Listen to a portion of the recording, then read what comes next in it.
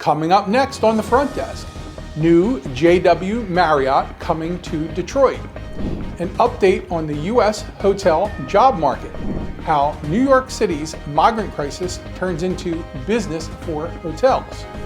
New California law may affect hotels outside of the state. And Peabody Hotel ranked best for pets. Check out the hottest happenings in hospitality coming up on our broadcast.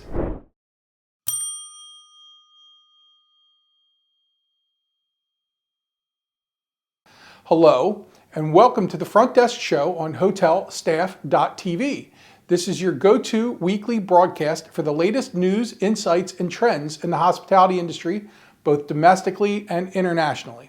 I'm Jim DiNardo, your host and the head of HotelStaff.com, the leading provider of hospitality staffing solutions nationwide. Now, on to our regularly scheduled program. Detroit's hospitality scene is getting a major boost with the announcement of the new JW Marriott Detroit Water Square. This 25-story hotel will feature 600 rooms to be located on the former Joe Louis Arena site adjacent to the residences at Water Square.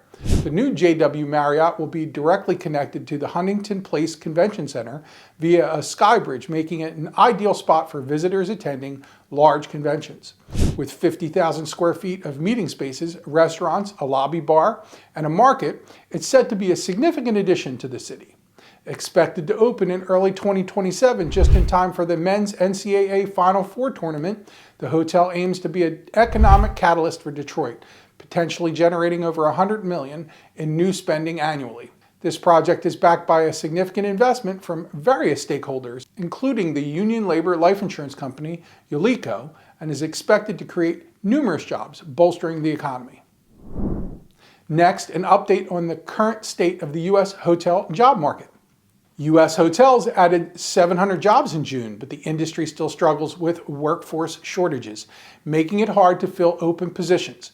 Current hotel employment is around 1.92 million, which is 196,000 fewer than in February 2020, as the Bureau of Labor and Statistics, BLS, reported.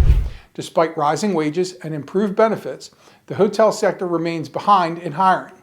The BLS revised previous job gain reports, showing the ongoing struggle.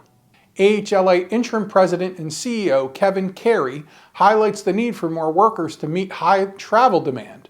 AHLA urges the Department of Homeland Security to release more H-2B visas and Congress to pass bills like the Closing the Workforce Gap Act and the Hire Act to ease the labor shortage.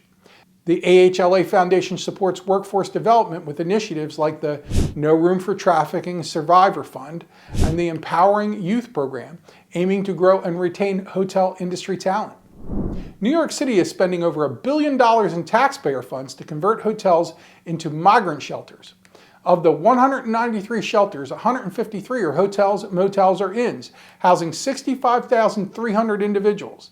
The city pays an average of $160 per hotel room for migrants, with some operators earning over $300 a night. By May 31st, the city had spent $1.98 billion on housing for the migrant crisis, including hotels and other shelters like Floyd Bennett Field and Randall's Island. Notably, contracts include a $5.13 million monthly deal with the Row NYC Hotel and $2 million a month with the Crown Plaza JFK. Businesses near these hotels, like the Iron Bar, feel the strain. Manager William Chandler expressed frustration over lost revenue and high taxes funding the shelters.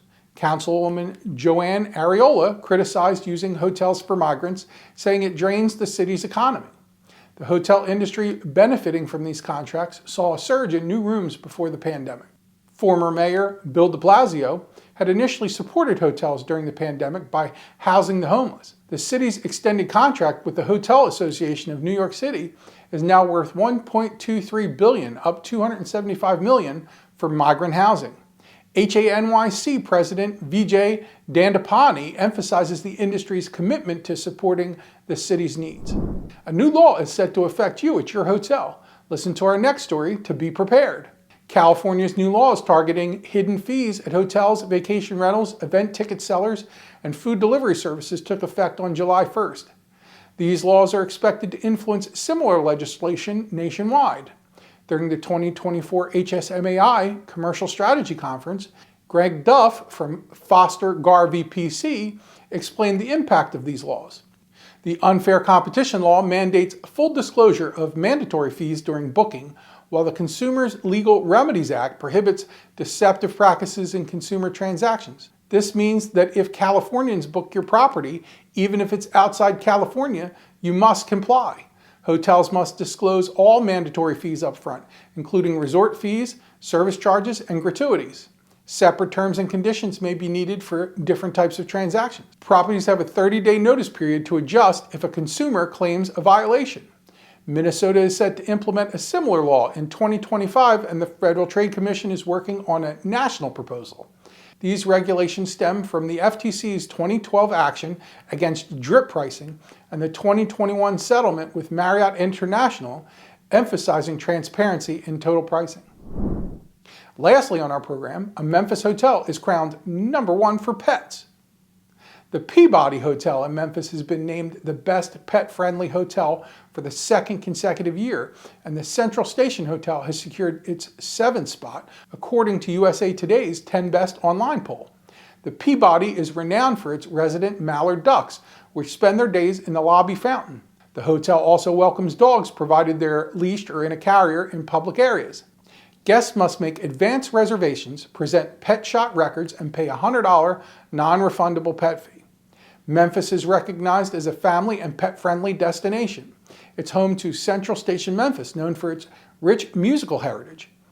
This hotel, near iconic music landmarks, charges a $50 non-refundable fee per pet and offers free treat bags upon arrival.